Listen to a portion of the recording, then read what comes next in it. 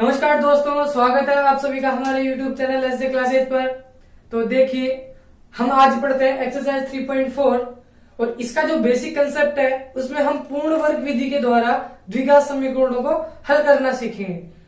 3.3 में हमने गुणनखंड विधि के द्वारा दो घात वाले समीकरण को हल करना सीख लिया था। अब पूर्ण वर्ग विधि के द्वारा किस तरीके से प्रश्नों को सोल्व किया जाता है तो देखो, उसको समझते हैं। आपने यदि हमारे चैनल को अभी तक सब्सक्राइब नहीं किया है तो प्लीज सब्सक्राइब कर दीजिए और इसे अपने दोस्तों में शेयर करो ताकि वो क्लास 10th की जो मैथ्स की प्रिपरेशन है वो जल्दी से जल्दी स्टार्ट कर दे।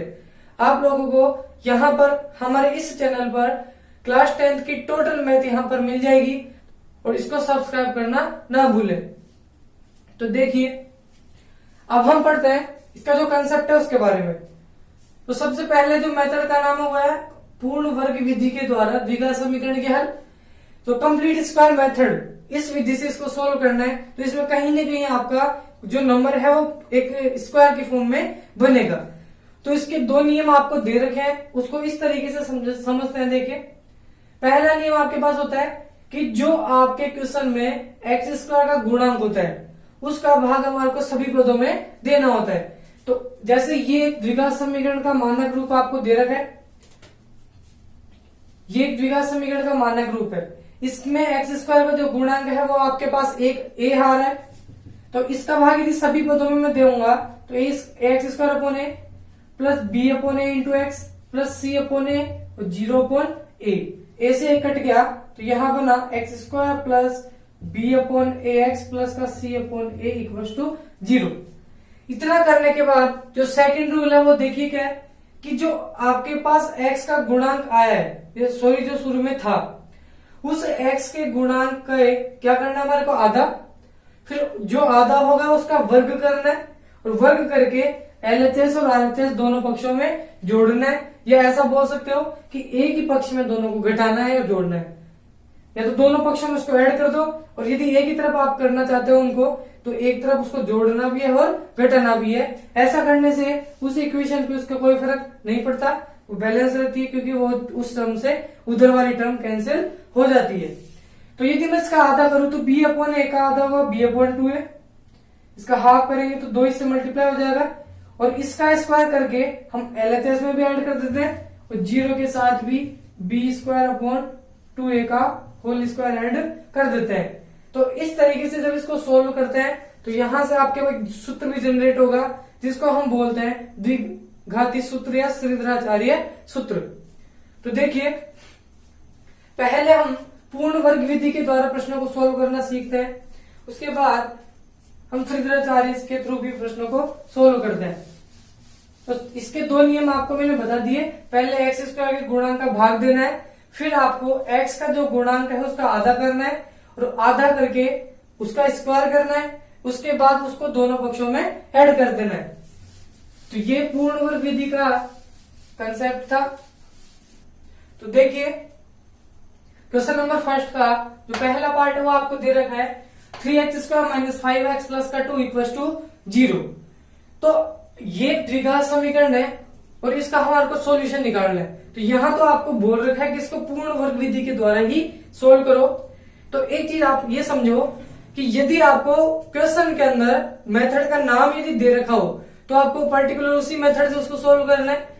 और यदि आपको क्वेश्चन में केवल इसका सॉल्यूशन करने के लिए बोले या इसका केवल हल निकालने के लिए कहे तो जैसे आपकी इच्छा उस मेथड से आप इसको सोल्व कर सकते हो, क्योंकि हमारे पास द्विघात समीकरण को हल करने के 3 मेथड है। एक गुणनखंड विधि होती है, एक ये पूर्ण वर्ग विधि होती है जो आज आप सीखेंगे, और एक विधि होती है जो हम नेक्स्ट वीडियो में नेक्स्ट लेक्चर में सीखेंगे, श्रीधराचार्य विधि। तो वो किस तरीके से सोल्व करता है तो देखिए, अब यहाँ तो इस प्रश्न को आप चाहो तो गुणनखंड से भी सोल्व कर सकते थे, लेकिन ये चैप्टर 3.4 में है तो यहाँ आपको पूर्ण वर्ग से सोल्व करना है, तो उससे इसको सोल्व करके बताते हैं।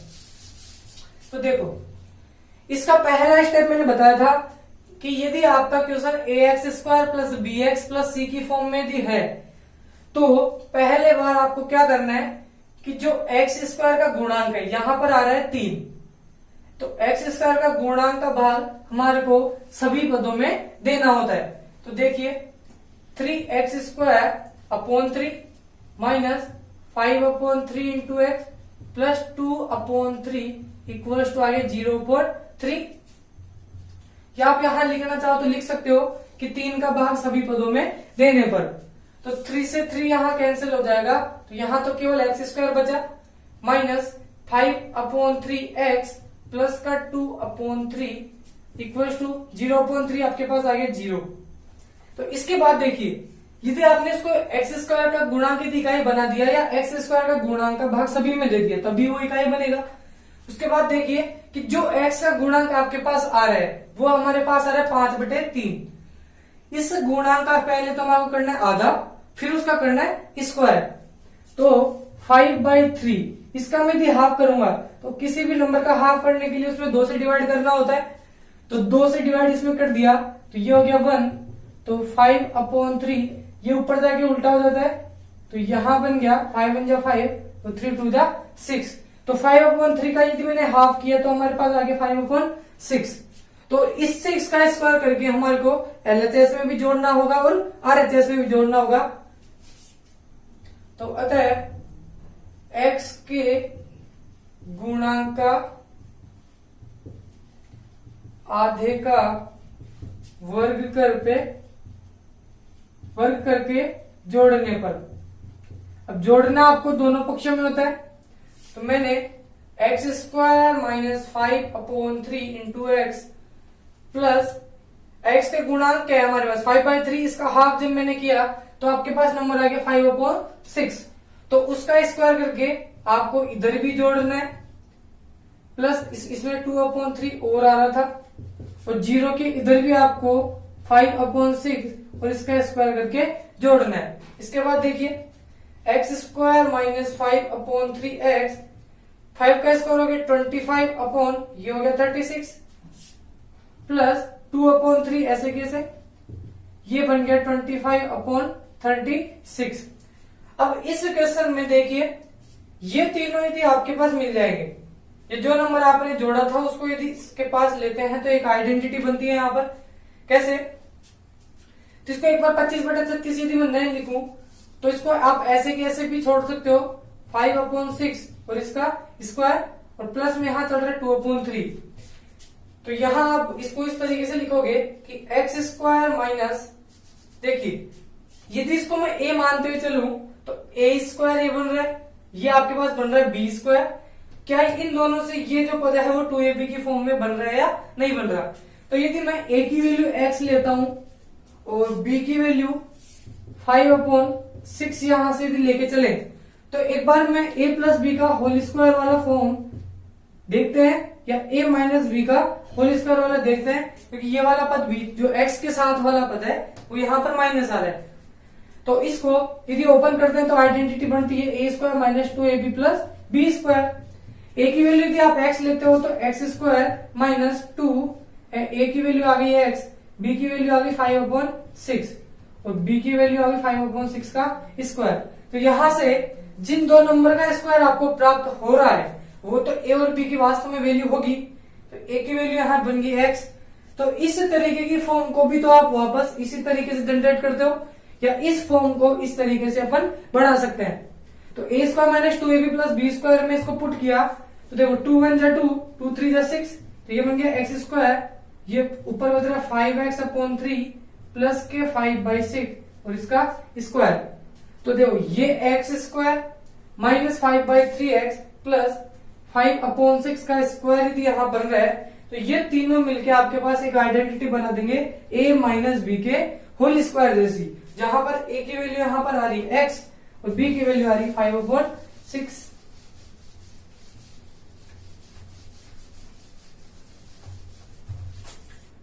तो देखिए जैसा ही मैंने इसको ऐसे किया तो ये तीनों मिलके a² माइनस ये जो पद बनेगा 2ab वाला बनेगा, क्योंकि 2 इंटू एक्स इंटू बी, 5/6 को 2 से गुणा करेंगे तो 6 कट जाएगा तो बन जाएगा 3, और यहाँ बीच में आ रहा साइन माइनस का। यदि x के पास माइनस का साइन है या ये वाला पद माइनस का है तो आइडेंटिटी बनेगी आपके पास a माइनस बी का होल स्क्वायर। तो a की वैल्यू आपके पास बनेगी x माइनस b की वैल्यू आ गई 5/6 का होल स्क्वायर। इसको यदि आप ओपन करते हो तो देखना वापस आपको ये वाला टर्म मिल जाएगा। तो इधर जो आपके पास 2/3 था ये उठ के उधर चला जाएगा, तो 25/36, 2/3 को हम उधर ले जाएंगे तो ये बन गया माइनस का 2/3। प्लस वाला नंबर बराबर के उधर जाते हैं उसका साइन चेंज हो जाएगा।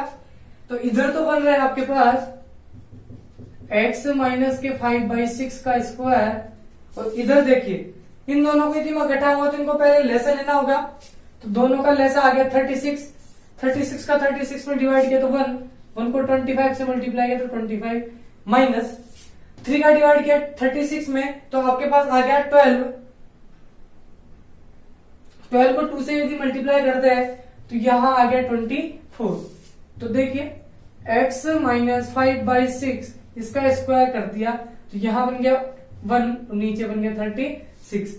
इसके बाद आपको क्या करना होता है कि जो LHS के अंदर यदि आपको स्क्वायर मिल रहा है वो स्क्वायर को हम यहां से हटाते हैं, क्योंकि हमारे को x की वैल्यू निकालनी है। तो x माइनस के 5/6 और इसका स्क्वायर यदि इधर से हटता है तो इक्वल के इधर से यदि स्क्वायर को हटाता है तो इक्वल के दूसरी तरफ जाके रूट में चेंज होता है, या आप बोल सकते हो कि बराबर के इधर यदि कोई पावर दे रखी है तो वो पावर दूसरी तरफ जाके अब उल्टी हो जाती है, तो उसको 2 इधर जाएगा तो 1/2 हो जाएगा, और पावर में 1/2 का मतलब होता है अंडर रूट। तो यहां से आपको मिलेगा रूट में 1/36। तो x माइनस 5/6। अब देखिए यहां एक चीज और, यदि आपने प्लस के इसको उधर की साइड भेज दिया स्क्वायर को, तो मैंने बताया था जब बहुपदी स्टार्ट किया था तो किसी भी वेरिएबल की जितनी पावर होती है उसकी उतनी वैल्यू निकलती है। यहां से x की वैल्यू भी कितनी निकलेगी आपके पास 2, क्योंकि यहां से स्क्वायर उधर की साइड गया है। तो एक बार ये जो रूट में वैल्यू आती है प्लस की होती है और एक बार ये माइनस की होती है। तो स्क्वायर यदि रूट में चेंज होता है तो 2 वैल्यू देता है, एक प्लस की और एक माइनस की। तो यहां से प्लस माइनस तो बाहर आ जाता है, अरे 1 का जब रूट निकालेंगे तो 1 और 36 रूट से बाहर आता है तो 6। तो यहां से x माइनस 5/6 2 वैल्यू इसके बराबर आ गया प्लस माइनस 1/6। तो सबसे पहले फर्स्ट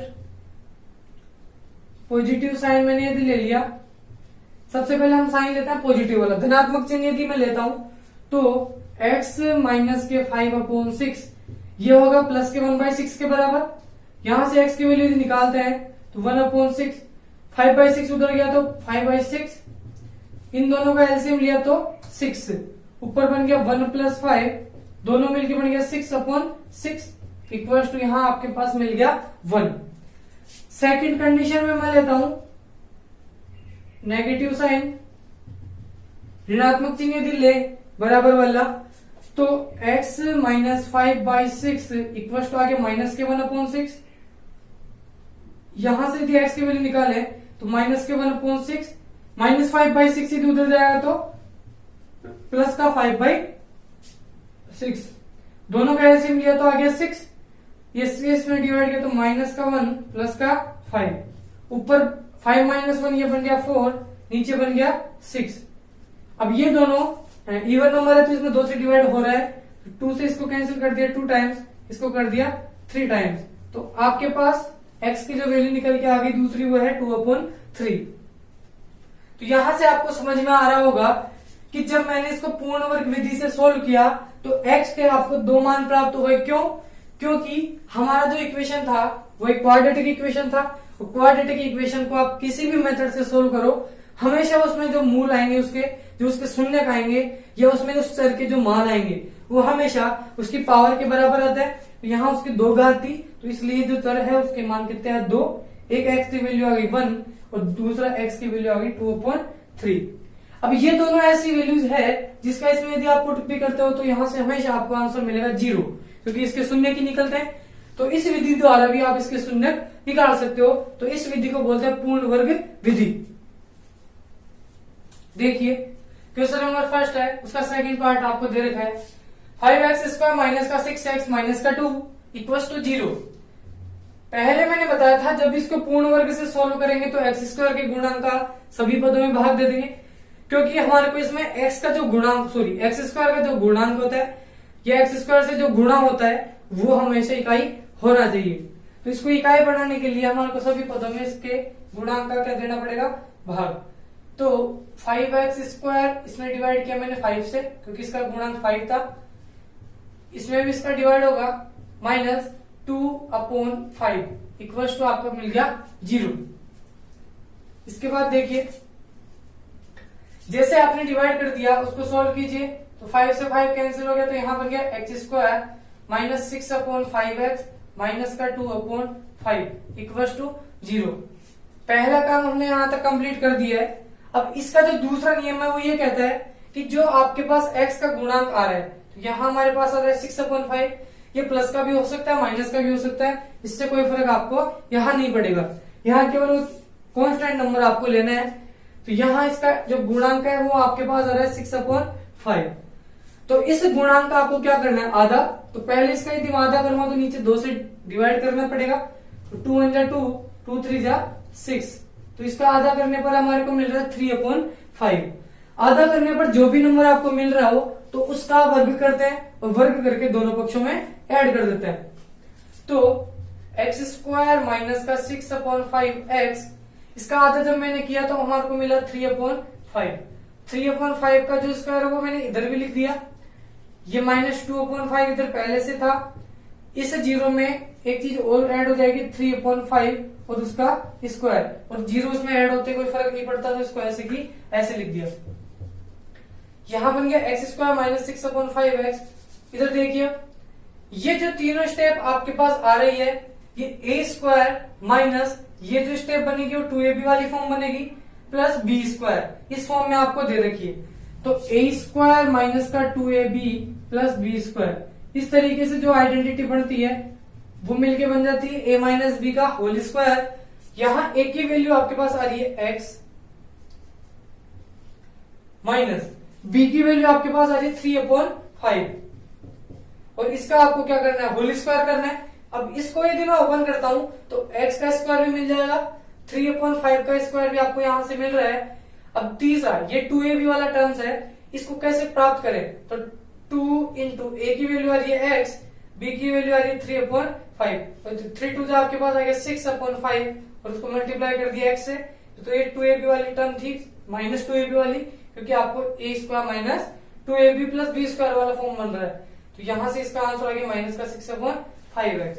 तो इस तरीके से आप इसको होल स्क्वायर इसको बना सकते हो।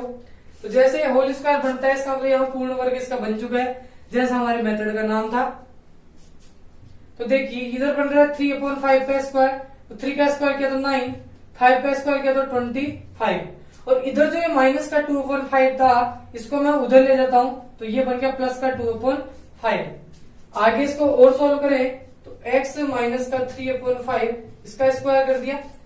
यहां इन दोनों का लेसन लेंगे तो आ गया 25, इसका इसमें डिवाइड किया 1 को 9 से मल्टीप्लाई किया तो 9 प्लस 5 5 जा 25 और उसको 2 से मल्टीप्लाई किया तो 10। तो यहां आपके पास x माइनस का 3/5 इसका होल स्क्वायर आपके पास आ गया 19/25 प्लस का।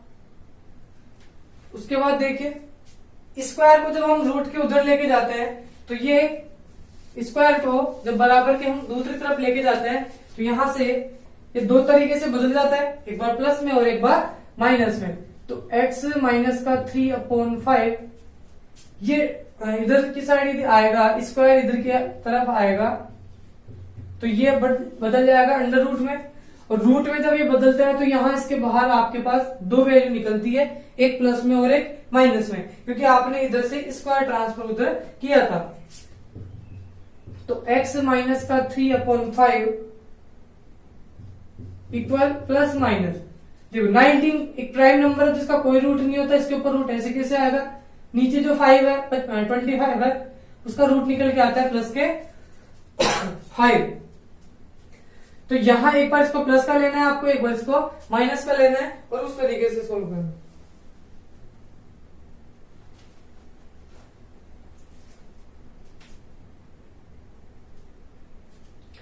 तो देखिए यहां से x की दो वैल्यू यहां से प्राप्त होगी आपको। तो पहले मैं लेता हूं इधर एक बार प्लस का साइन। तो फर्स्ट कंडीशन में वी टेक हम लेते हैं पॉजिटिव साइन। सबसे पहले हम पॉजिटिव साइन लेते हैं। तो पॉजिटिव साइन कौन सा है यहां पर प्लस वाला। तो x माइनस का 3/5 इसके इक्वल ले लिया मैंने प्लस का 19 अपॉन 5। एक्स की वैल्यू यहां से निकाले तो √19/5 माइनस 3/5 यदि उधर जाएगा तो प्लस का 3/5। दोनों का एलसीएम आ गया हमारे पास 5, तो √19 प्लस का 3 ऊपर रिमाइंडर बच गया। प्राइम नंबर है, इसका रूट भी नहीं निकल रहा अभी, तो इसको इस तरीके से आप लिख के छोड़ सकते हो। इसी तरीके से सेकंड कंडीशन में लेता हूं। सेकंड में आपको लेना है नेगेटिव साइन। जब मैंने नेगेटिव साइन लिया तो x माइनस 3/5 जो है वो आपके इक्वल आ जाएगा माइनस के √19/5 के। इसके बाद x उधर जाएगा तो माइनस के √19/5, माइनस का 3/5 उधर गया तो प्लस का 3/5। दोनों का एलसीएम लिया तो 5 आ गया। यहां से माइनस का √19 प्लस के 3 ऊपर रिमेन बच गया। तो x के दो मान आपको प्राप्त हो चुके हैं, एक तो √19 प्लस 3/5, दूसरा है माइनस का √19 प्लस 3/5। इन दोनों को एक साथ यदि मर्ज करके आप लिखो तो देखो 3 यहां भी है, 3 यहां भी है, 19 यहां माइनस का, यहां पर प्लस का है, नीचे दोनों में 5 आ रहा है। तो आप एक साथ x की दो वैल्यू लिखना चाहो तो इस तरीके से भी लिख सकते हो कि अतः जो x की वैल्यू है वो यहां से देखो 3 प्लस √19/5। ये तो प्लस वाली आ रही है, इसको 3 को पहले लिख दो, उससे कोई फर्क नहीं पड़ता। तो 3 पहले लिख दिया, 19 बाद में लिख दिया, तो इस तरीके से लिख दिया। अब सेकंड में 3 को पहले लिख दिया तो 19 बाद में आ रहा है आपके माइनस का, तो उसको मैं इस तरीके से डिनोट कर सकता हूं कि 3 प्लस माइनस √19/5, क्योंकि दोनों में x में केवल 19 में ही थोड़ा चेंज है और वो भी उसके केवल साइन में। तो इस तरीके से दोनों का एक साथ भी आप लिख सकते हो। तो x की दो वैल्यू यहां से आपको प्राप्त हो चुकी है।